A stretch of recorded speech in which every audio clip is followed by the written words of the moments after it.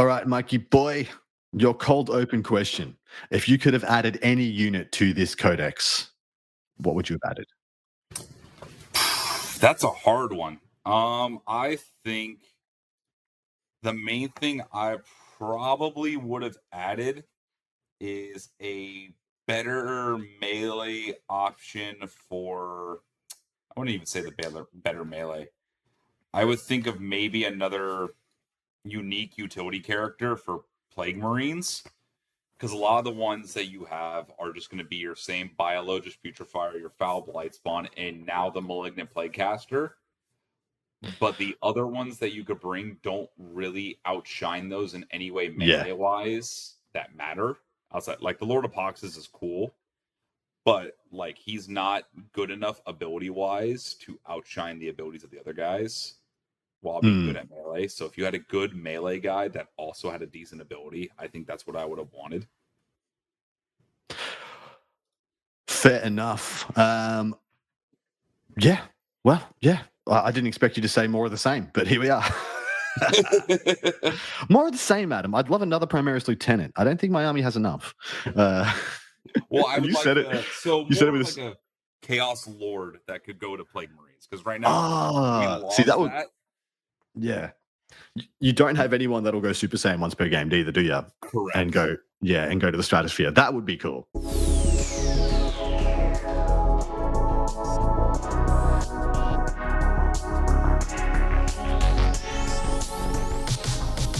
G'day. It's time to down your unders. Review and dissection of content from some of the sharpest minds in the game. Hosted by Adam Camilleri. Art of War. Down Under.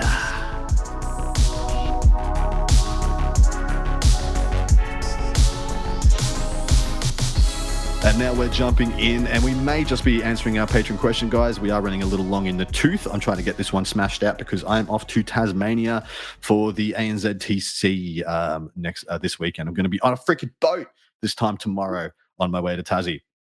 But Alexander has asked, where do you see Death Guard when it comes to the competitive tier list in singles and teams? I think if you haven't listened to part one already, I had it as an A or an A plus list. But where would you have them in teams, mate? How would you rank Death Guard in teams?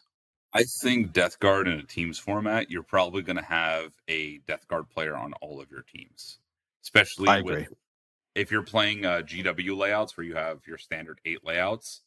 Death Guard on layout 8 is a different beast. That army is terrifying, and that's personally my favorite place to play Death Guard. Yep. And that tends to be my current role when it comes to team things, being the Death Guard player on 8 and just terrifying my opponent. Nice. Very nice. Have Death Guard lost any units? Yes, they have. They've lost a couple of their Terminator characters. They've lost the Chaos Lord, the Sorcerer, the Terminator Sorcerer, and was there another one? Cultist. The Cultists, yes. And what do you consider, so this is from David Stanley, what do you consider the most improved unit for Death Guard, mate? Oh, Blight Lord Terminators for sure. An argument could be made for Plague Marines, just because Plague Marines actually have a rule now, but the Blight Lords had a glow up that affected the entire army. Sheet. Yeah, dude, it changes the whole army composition. And I mean, Plague Marines did get better, but they were already good. I already had them as like a top 5 battle line unit in the game, and now they're probably top 3 battle line unit. Well, now they actually have a rule, which is amazing. Yeah. That rule is for anyone at home in your shooting phase. Each time this unit is selected to shoot, after this unit is shot, select one of my enemy units hit by one of those attacks until the starting next turn that enemy unit is afflicted. So they do get to sling it around a bit. Barry has asked, and can we see Death Guard move up on the tier list with their new rules? Absolutely nothing, I believe. Sorry, question for you. Did anything get worse in Death Guard? Did anything actually get, like, worse? Some of the tanks went down. I personally don't think here. I believe it's the Las Cannon Predator. I think it's the Predator Annihilator. Yeah. Yeah, that one's I don't think I'd ever probably take that. The other tanks went up significantly more. They're just a lot better. Funnily enough, Typhus got worse just by comparison. So Typhus did not change at all. None of and everything else got better. Yeah. but everything else got better. So he is actually just worse by comparison. Yeah, it's kind of wild. He got the backhanded, the rising tide did not lift all ships. Yeah. It Left also tide doesn't has- help that you can't stack the -1 weapon skill, ballistic skill with his Correct. -1 to hit anymore. Correct. So his rule is a little redundant. Yeah, he's a bit of a numbo, unfortunately. Still dunks in combat, still does a bunch of mortal wounds when he's not busy killing himself, which, as far as I can tell, happens half the time. I roll that one like every single time, and I'm just there's been games where I just stopped rolling it. I'm like, I'm not risking this anymore. Yeah.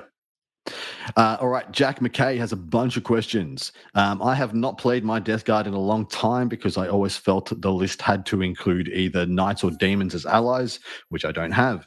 Do we think the best DG list is pure DG again, or will they have to have others to tag along? I've believed in pure DG before this book, and this book has solidified my beliefs.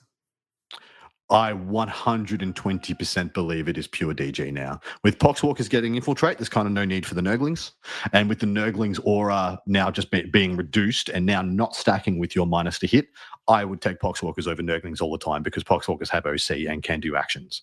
Yeah, and you can't even take the demons anymore outside of that one detachment now. Yeah. So, it really comes down to, do you want to bring knights?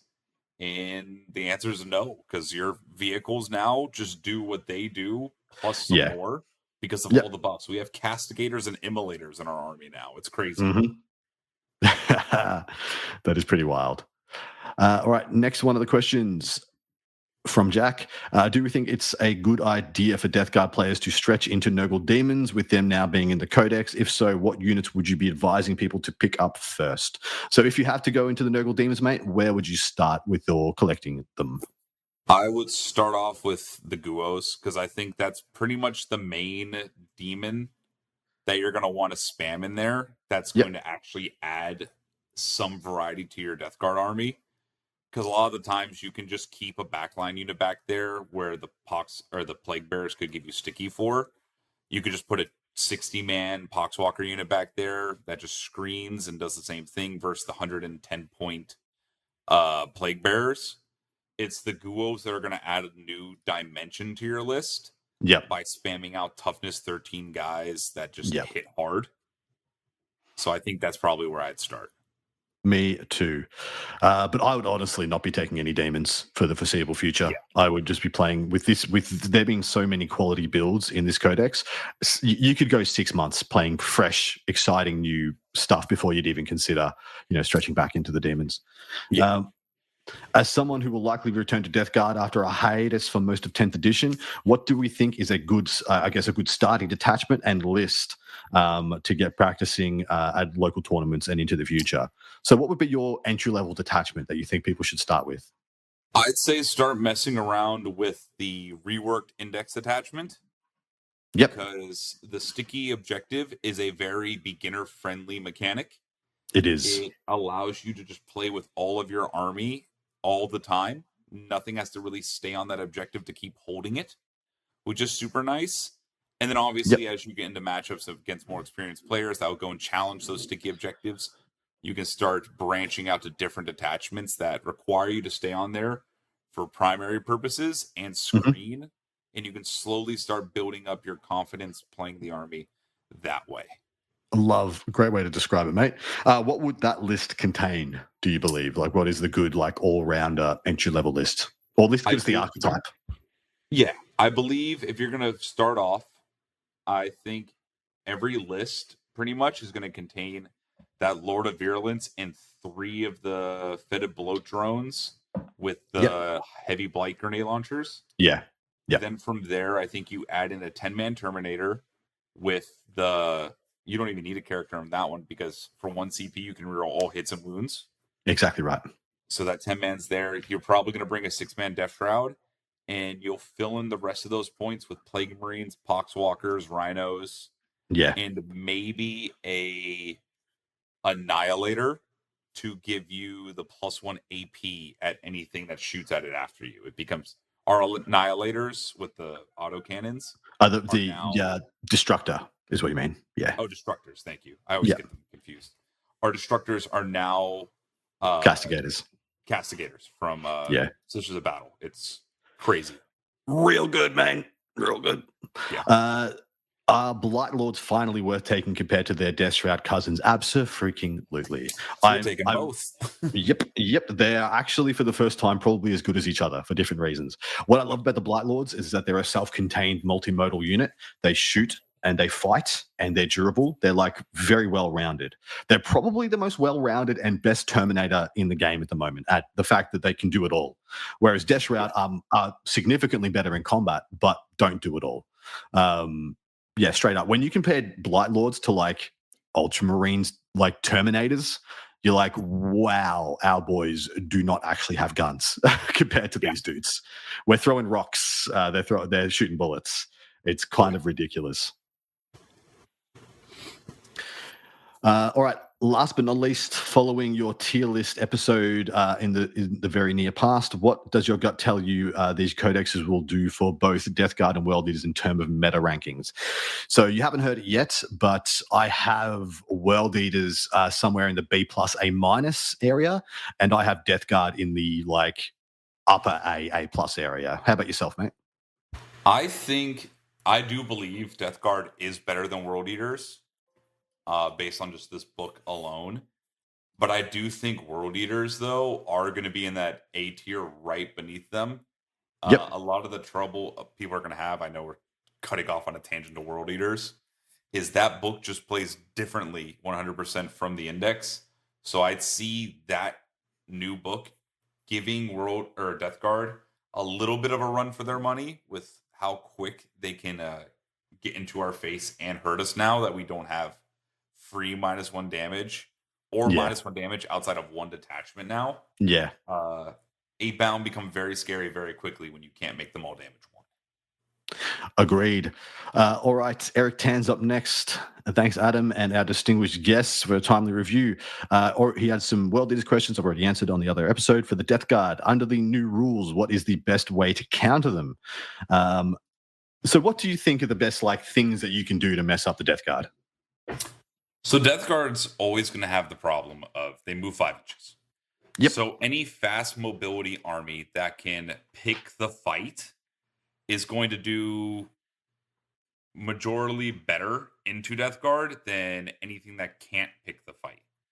So your things like your Eldar or like Blood Angels, things like that can just pick and choose when they're going to engage you will do a lot better into this army than things like, let's say, Custodes. Custodes have a very hard time into this because they fall into the similar play pattern as Death Guard, where they only move 6 inches. They do have access to advance and charge with one character specifically, but they're not really going to pick the fight outside of that. You can counter pick them as well, where you can choose when that fight's going to start because you move the same distances. But those fast armies are going to give you a run for your money. Same with those like long range shooting armies, like DDAs with Star Shatter and Necron and stuff like that. Yeah. Things like Dawns are also going to give you a hard time. The heavy shooting armies. The other ones that I find that Death Guard might struggle with is the bullshit lone up armies. You don't deal with lone ups very effectively outside deep striking Death Shroud on them because you walking into lone up range is not something that's going to happen very effectively. Of course, you do have one detachment that gives you, assault, but that's an 11-inch. That's 11-inch maximum because you roll a 6 on the thing, and +1 to move. I guess it's a 12-inch maximum. But lone ups is going to be an issue. Getting jailed is going to be an issue, as in because you have such low movement. Anytime someone denies you the ability to move, they just set you back a turn. So those are the things that are going to, in addition to what you've already said, so people that can just corral your units is going to be a big problem because they're just going to be taking away turn opportunities for your army. So things like gargoyles, like Zodrog's unit, things of that ilk, things that will just run up, get in your face, and take away a turn of movement for you. What is the best unit / weaponry to counter them from a Space Marine perspective? Any new characters / combos to be aware of? What do you think? What do you think are the best Space Marines into Death Guard? I still think Ultramarine Gladius is just so overtuned that army can perform into anything. Dude, yeah, triple Vindy, triple Ballistas sounds like the fire support that will absolutely harm your soul. Yeah, that just removes anything it wants off the board. So it's really hard to be like, what new tech is there when you can just put up +1 to wound, full reroll army into them and just be like, okay, well, I'm just going to kill it anyways. Yep. Yep. I think there are some other options as well. Like I said, lone ops are obviously good. Everyone's already really leaning into those combi weapon lieutenants, so they're going to be extremely powerful here. Things with reactive moves, like very good. Screens with reactive moves, especially, are extremely good against Death Guard.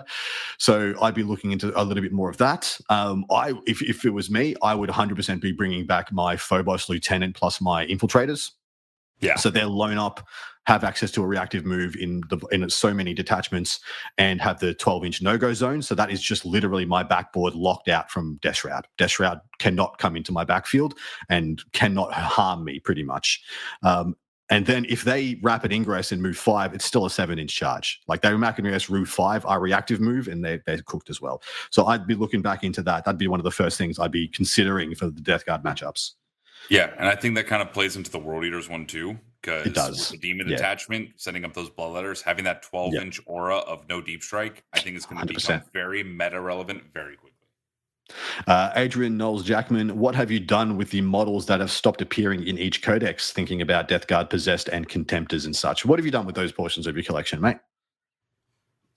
Well, for Death Guard, I have just basically been proxying the Terminator Sorcerers that I've been using from my T-Sons army. So they're just going back to my T-Sons. So I haven't really had to do much else there. Now it's just gathering Blight Lords is my current endeavor. Nice. All right. Mad Sheep, Primarch Face-Off. How does Fulgrim stack up versus the new Angron and the new Mortarion? How do you reckon those three boys rumble together? So I've already talked about this with Dean on part 1, and we realized the only one that has fights first is Fulgrim, so Fulgrim's going to fight first against either of these, but Fulgrim does not one-shot either Angron or Mortarion, whereas Angron has the opportunity to one-shot either Fulgrim or Mortarion. But now Mortarion has the opportunity for the first time ever to one-shot either Fulgrim or Angron. He couldn't do it before. Just the 4 damage could not be possibly done. Even hitting with everything, wounding with everything into a 4+ invuln was not really a doable thing. How do you feel like Morty stacks up versus those two? I think Morty is the best out of the 3 of them, because the funny thing is, even, let's say, perfect case scenario, Fulgrim fights first and has the potential to kill Morty. Like, let's say dice go his way in all aspects. On a 2-up, Morty gets to fight on death and can just kill him back. Correct. Yeah, correct. So the dev wounds on Mortarion is the ace in the hole. I mean, Fulgrim's got 6 attacks at 14/3 d6 +1. So he has 1 more attack than Morty. Kind of really doesn't matter that much. He has sustained hits. You have lethals and devs on your sweeps, which I kind of think that's an even matchup, but you're more durable. But the fact is, Fulgrim, I don't believe either one of you one-shot each other, and then Fulgrim will fight first again the next turn. So Fulgrim will fight twice before you fought twice. But I still think Morty wins that. The Feel No Pain probably cracks that matchup in your favor. The Feel No Pain and basically guaranteed D3 mortal wounds every turn is super nice. Correct. Too. Yeah, correct. That is quite nice. All right. Have a gun that matters. Yes, you do. Fulgrim's got his whip that, might make you poison, mate. Watch out. On a 4+, you might take D3 mortal wounds, and then you have a Feel No Pain. All right. How do these respective factions match up against each other? All right. How do you think Death Guard matches up into Emperor's Children? I think Death Guard destroys Emperor's Children if you are prepared for Emperor's Children. Because all you need to do to stop an Emperor's Children player and make them very sad and cry is you put 3 Foul Blight spawns across the middle of the board and you watch them be very sad. Yep. They can't advance and charge. Yeah. And then if they do manage to make the 9-inch charge after advancing, the fights first. And they are essentially an intercessor chassis is what they're wielding. An intercessor unit with an assault intercessor unit with a Uber character is essentially their melee profiles, which, while very good, is not going to kill 10 Plague Marines. And those 10 Plague Marines, even if they do go in and kill 6 Plague Marines, the 4 that are left are the 4 with the fists, and you kill them anyway. They're all dead. Also, the most toxic part about that is if you have Mortarion near them, and let's say they make a normal move that happens to end within 9, and you just react to move them 5 inches further back. Oh no. Yeah. You also have a quality Overwatch in the 722 anti-infantry 2+ off the Foul Blight spawn as well, which is a big pain in the ass for all their assault intercessor profiles. Yeah, I think it's real rough for the EC. Yeah. EC hate going into fights first units. And the fact that you can just literally take you probably fit only 3 of them, just 2 by 10 Plague Marines in Rhinos. They also don't deal with Rhinos especially well. Nope. They can kill Rhinos, but it's very hard. They usually don't one-tap a Rhino. It usually takes a full unit of Noise Marines to kill a Rhino, which gives you, that's within 18 inches. You can make it there because you disembark 3, move, and try and kill the Noise Marines. It's actually rare. And now you're toughness 6, so the Noise Marines win you on fires with the Sonic Blasters. It's actually rough. Yeah, it's not a fun time. And it does help that the Rhinos are now Razorbacks. Correct. Yeah, correct. How do you feel like you go into World Eaters? World Eaters is a little bit scarier just because they are pretty much as fast as Emperor's Children. Obviously, a little bit slower because they don't have the advance in charge. Which the drawback is, though, they just move like 10 inches versus like the 7 with advance in charge. So they realistically just make up for it right there because you're pretty much moving your average advance roll. And so you really can't use the Foul Blight spawn to just stop your opponent from doing things. Yeah, correct. And so it gets very scary very quickly. And also, World Eaters shoot insanely well for a melee-only army. It's wild. They actually got DACA. Yeah. Yeah, it's crazy. Also, I don't think you love dealing with 8-bound. Like 8-bound actually, not at all. It's actually a rough profile for you in combat. I mean, Death Shroud will take care of them, I guess. But then if they turn on the 4+ fight on death, it only takes 2 8-bound to possibly smack your unit of Death Shroud into problem territory. Oh yeah. Yeah. Would you reckon Death Shroud go in and kill a unit of 6 8-bounds? Do they kill all 6? They probably do, right? But then if 3 fight on death, you're dead as well. Yeah. Or you've lost 4 out of 6, and it's so much the same. All right. Which one benefits most from Knight allies? So Brigands, still get that AP buff, don't they, in your army? Yep. So that still works just fine. I actually think Chaos Knights are probably the best in Death Guard still, and I don't think you take them. Yeah, I think you still just bring the exact same thing. It's just now you're a lot less incentivized to bring those things because you already have the tools to duplicate that and for a cheaper point cost. But they are still very good. Yeah, I genuinely think the Chaos Predator Destructor at 145 might be now better than a Brigand to bring. Yeah. So I genuinely, I think you're just bringing, if you're going to bring if you're going to bring a freaking Brigand, consider bringing the Predator Destructor instead. The las cannons are better than the melters because they have far more significant range. Still has a very good anti-infantry top gun. Brings all the other accoutrements and little bits and pieces as well. Yeah, for sure. All right, next one. Who's your Canadian? Okay, here we go. I told you I had so many questions. Did the Demon Prince get the glow up they needed? The walking Demon Prince, abso-freaking-lutely. I'm of the opinion the flying Demon Prince kind of sucks, though. Yeah, flying one is borderline. You're probably never going to take it.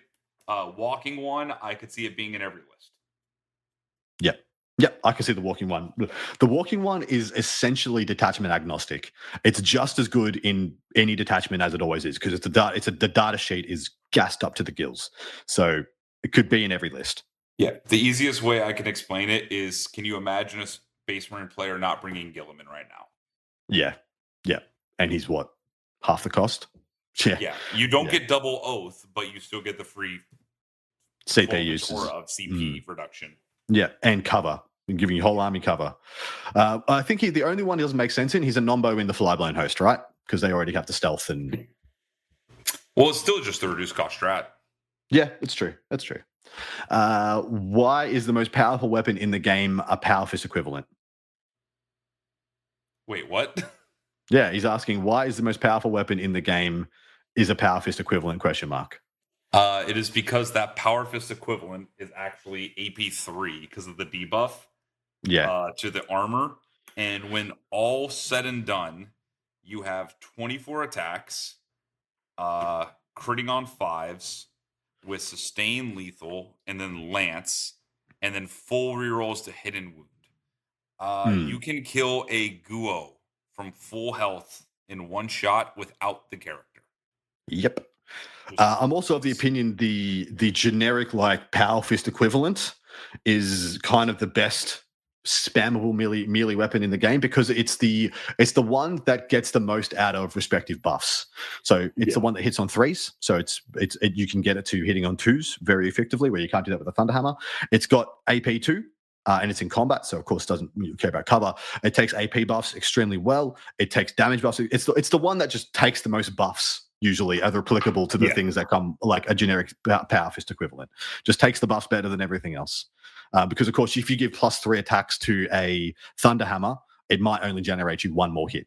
You give those same +3 attacks to a Power Fist, it's usually generating you 2 more hits on a 3+. So it's just much more applicable.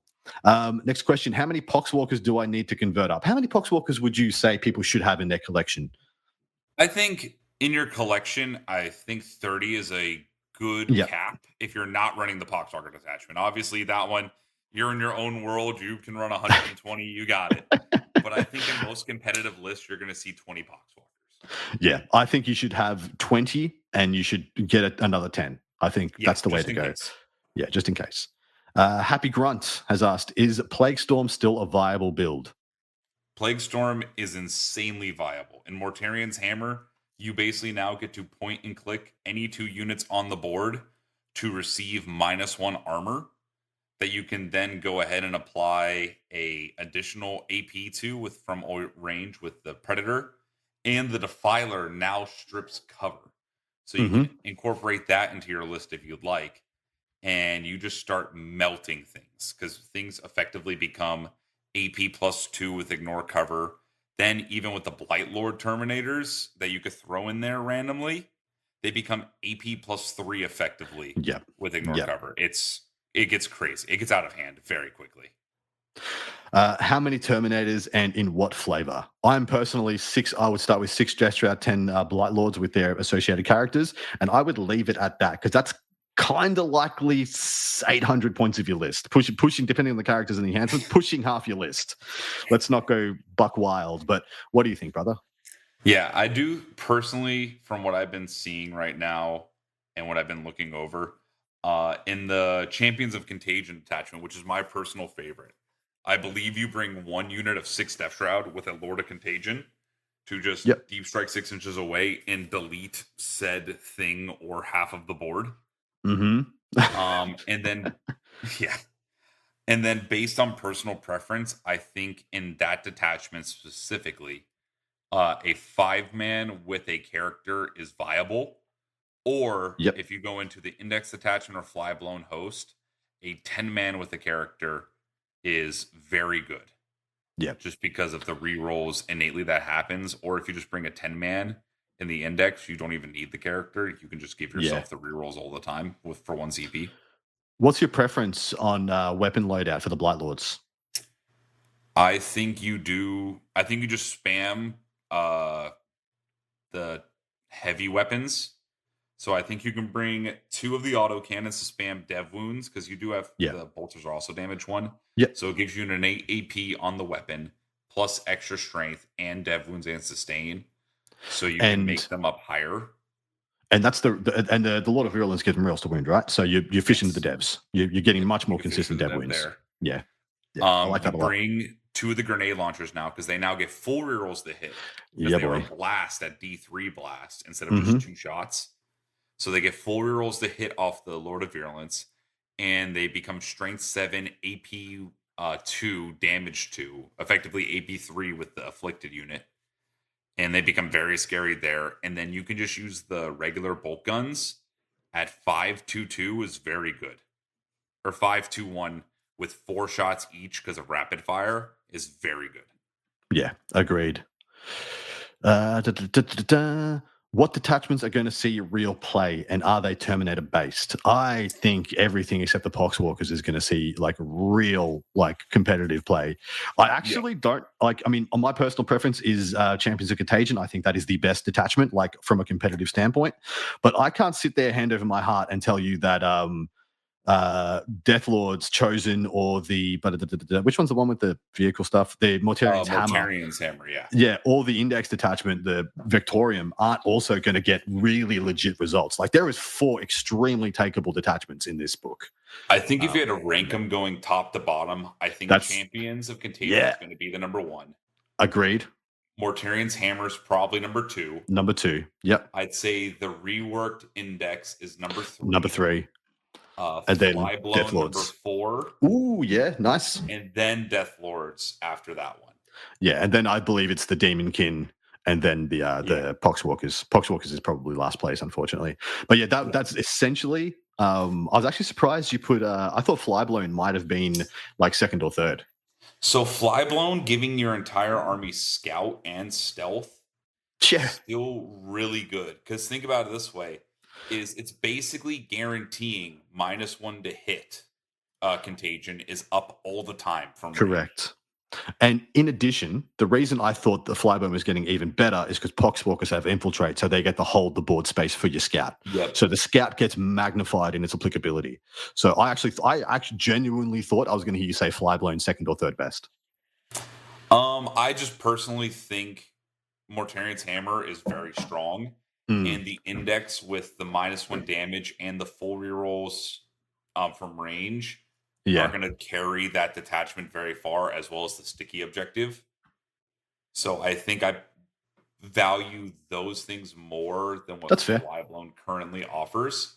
Depending on how the meta shakes out, I could see him swapping, but right now, World Eaters and Emperor's Children and Chaos Knights, I think the sticky objective and -1 damage and stuff like that are just better. Yeah, fair. And finally, from Happy Grunt, Spawn ? Spawn are great. Spawn are toughness 7 now. They move 8 inches and they have scout. They're very good. How would you suggest? Single unit of 2, 2 units of 2? What do you reckon? I think single unit of 2 guaranteed. If you have the points, maybe a 2nd unit, but I do think you always bring 1 just for that scout threat. Because they are still OC1. They didn't lose the OC. Yeah. So they're still very much, you just scout them forward, go do objective. Or if you're playing the index detachment, you scout them forward, turn 1, sticky the objective on turn 1, and then you just go and do your thing. Yep. 100%. That's how I'd be using them. I think they are your turn 1 scout options because you don't want to be pushing your rhinos full of Plague Marines out into the open to do it. So your spawn go to do it. Your rhinos go to the pressure points or the staging points. And yeah, for 80 points, they are super annoying to remove. Yeah. For 80 points. They're so durable. All right. Sam Lemon has asked, what is the good, bad, and ugly for this codex? The good is all the data sheets. The bad is, I'd probably say it's hard to say the bad. Like, only thing bad I want to say is the Poxwalker and the Demon detachment. But like every codex has to have like a dud detachment in it. Yeah. So it feels like kind of like a low blow. Yeah. I'd say the bad is maybe losing some characters and units. Like I said before, like I wish we got to keep a Chaos Lord that could go and Plague Marines and have like same thing. Yeah, but like we don't have that, so it is what it is. The ugly is probably the fact that the miasmic terrain feature is still in this book. Good call. You mean the miasmic bong? That's exactly what it looks like. Sorry if that's a little crass, but that's exactly what it freaking looks like. It looks like the worst bong that your teenage mate tried to make you have a go at in like the backfield of an oval high school on a Sunday afternoon. It's okay. Or call it the poop factory. Or I was about to say everyone else had a far different childhood to me. Because all right. Where do you see this army in a teams environment? I reckon this thing's auto-take in teams. Oh yeah, I think you're auto-taking this. This army is very good, especially with how many different ways you could build it. Yeah, I had this I already had Death Guard as like a top 3 defender in the game, as in like you can play Death Guard in such a manner that you can just never get pushed in. Like you just never give up a big score. And I've been practicing. So by the time people are hearing this, I'm at the ANZ TC playing my Grey Knights with 4 Dread Knights and Crow's Unit and all this stuff. And I've played like 5 games into Death Guard, and I can't get better than a 12. And that's with me going second and everything going great. And like windmill slamming my army into him on turn 3, can't get better than a 12. And I think that is only exacerbated by this army. I think that's, I think this army is what I take. I will say, I think the blunting aspects of the 18 Death Shroud are gone. So you're going to see a lot more balanced infantry list that you're going to be running into. Not this stat check, hey, here's 18 Death Shroud that are -1 to hit, -1 to wound, -1 damage running around. It's going to be a little bit more fair, which I do think is healthier for the environment. Yep, I agree. But at the same time, you do have Mortarian's Hammer making Plague Storm insanely more consistent. Yeah. And the Demon one just dropping in 4 Guos on your opponent while still having 1,000 points of really good Death Guard to do Death Guard things is going to make it very hard to predict what the current meta will show for that area when you submit your list. Because if you submit expecting the infantry spam and it's a bunch of Plague Storm, you're in for a rough ride. Or if you do 100%. The opposite, you're in for a rough ride regardless. Correct. So it's that guessing game. Yeah, exactly. All right, fair rarity. For someone just starting a Death Guard with a gifted Mortarian, so they've got a Mortarian, and the new Battle Force, where do you recommend I go from there? The gift of Mortarian is which box? Oh, no. He was gifted a Mortarian. Oh, okay. And the new Battle Force. So he wants to know where to expand from for after that. So the new Battle Force is the one with the Lord of Poxes, Plague Marines, Poxwalkers, and Death Shroud. Yeah, I think it's got a PBC in it as well.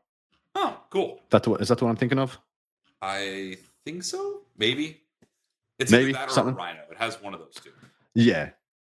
I think you definitely want to go ahead and expand onto some Blightlord Terminators and some of the Malefic Blight Haulers and the Fetid Blow Drones. Those vehicles, we didn't really talk about the Malefic Blight Haulers during our review, but they also did get buffed. They now get +1 to hit and wound monsters and vehicles, not just +1 to wound vehicles now. And they're a cheap little 100-point unit that can go and just mess up some tanks. So they're not a particularly bad thing to have in your list. So those are another cool little cheap addition that you can add in there. And I think a good starting point.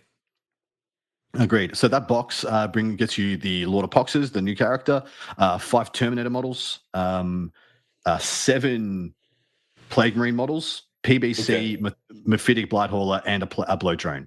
So that's pretty good. Like, it's really not bad. No, if you bought 3 of those, you're kind of set. You have 3 Mephitics, 3 Blow Drones, 3 PBCs, 21 Plague Marines, so 2x10, and then your 21st one you kind of convert into a character, and then you got 15 Terminators. So you got. You get 1 more Terminator, and you got your unit of 10 Blight Lords and your unit of 6 Death Shroud. Because I'm assuming that's a multi-part for the Terminators. You can build them as either. They're separate, actually. They're 2 different boxes. Bloody G-dub, just money grubbing. Well, the Combat Patrol, you could just buy shit. You could buy the Battle Force and 1 or 2 of the Combat Patrols, because the Combat Patrol is excellent as well, right? That's the 3 Death Shroud, Lord of Virulence, Tallyman. Hey, Tallyman's still good. He's 40 points for that CP game. I wish he did something else than sometimes give a CP. Yeah. Anyway. He's a good little soldier that screens out my back line. All right. Ben asks, how do you feel both these codexes drop into the meta? I think we've already answered that. Both these codexes are dropping into the top of the meta, I believe. Yeah. What are your favorite changes in both these codexes? So what's your favorite change in the Death Guard Codex, mate? I'm a sucker for some Death Shroud changes. I love those guys. But I do think my favorite overall change would have to be the addition of the index debuff rule, where you could choose one of the debuffs being added to the army. That allows the entire army to basically have that, and you can select any detachment you want and not have to be like, oh, but I'm losing -1 armor or -1 to hit, which was the current problem you had with Index versus Flyblown. Yeah, correct. Was you just never wanted to drop those debuffs. Well, it was 1.5 detachments worth of value. Yeah. And how is any other one single detachment that wasn't also 1.5 detachments going to measure up? Exact same thing for Votan. They had 1.5 detachments. Exactly. And that was my favorite change also, by the way, so you hit mine too. Hottest of hot takes. What unit from each book had the best glow up? I think it was the Blight Lord Terminators. They went from a joke of a Terminator to one of the best Terminators in the game. Yeah, no, I 100% agree. Blight Lord Terminators have by far become an actual playable, if not a upper tier. Staple. Yeah, staple. Yeah. I'm not sure their auto take, simply for the points cost of 370 points for the unit of 10. It's not always going to be a viable thing in some metas, because there are a lot of units out there that will come close to freaking dunking on that unit somehow, and yet it will happen. So, you got to pick your moment for that unit to be good. But for me now, it's like a better version of the Scarab Cult Terminator, where it shoots really good, fights really good. Don't hit me in my weak spot. I know. I want the Scarab Cults to be so good, but the reason they're bad is because once you take them and Magnus in a list, you no longer have any other list in your list. Yeah, that is your list. Correct. And I think you might come to the same issue if you wanted to take Morty and the 10 Blight Lords. You would just not have enough list left. So not sure they coexist. Because straight up, that's what you put a 100-point unit in there. That's 470 points for the Blight Lords plus character. Then it's 360 for Morty. 380. Shit. Yeah, your list is gone. Your list is hollow. So it's going to be a pick the right time to take the Blight Lords. I do still. So that's another reason why I really like the 3 drones with the Blight launchers. Yeah, dude. And the Lord of Virulence, because again, it's 10 more points than Mortarion, and you get 4 units that are insanely high value for their point cost. Yeah. Totally agree. What, if anything, got manhandled into obscurity in this book? Kind of nothing. Yeah, no, I think pretty much everything is either how it was or better, because they did a really good job of keeping the things that made the unit good and adding something more to it. Yeah. I honestly don't think anything got observably worse in this book. Yeah. Stayed the same or got better. And that's a testament to just how well they built this thing. This thing is nuts on how deep the internal balance goes. Yeah. Are PBCs finally the anti-tank platform that they should be? No. Yeah, they're not. No, they are not. You just do not do that. If you want to bring anti-tank, you bring one of the Predators. You bring Blight Haulers. I would even take a Defiler. But I do think if you are going to run Plague Storm, I think bringing Plague Burst Crawlers is not a bad option due to their Overwatch threat with the Flamers. Yes. And their ability to hit and cripple Eldar very effectively. I agree. They do still do a bunch of mortal wounds when they hit stuff now, instead of their battle shocks. Yeah. I quite like PBCs. I've always found PBCs a confusing thing, because it's like a one gun for every occasion rather than any one gun and any of the one guns being super pushed. It's kind of just does a little bit of everything all the time, which I think is totally fine as long as you're taking other guns that support it. I think it works really well. But no, it's not a one mode tank. It's not an anti-tank. Yeah. This is from Turk Smash. What's the new cheese? And what would you say is the most intriguing / interesting new ability or rule in this book?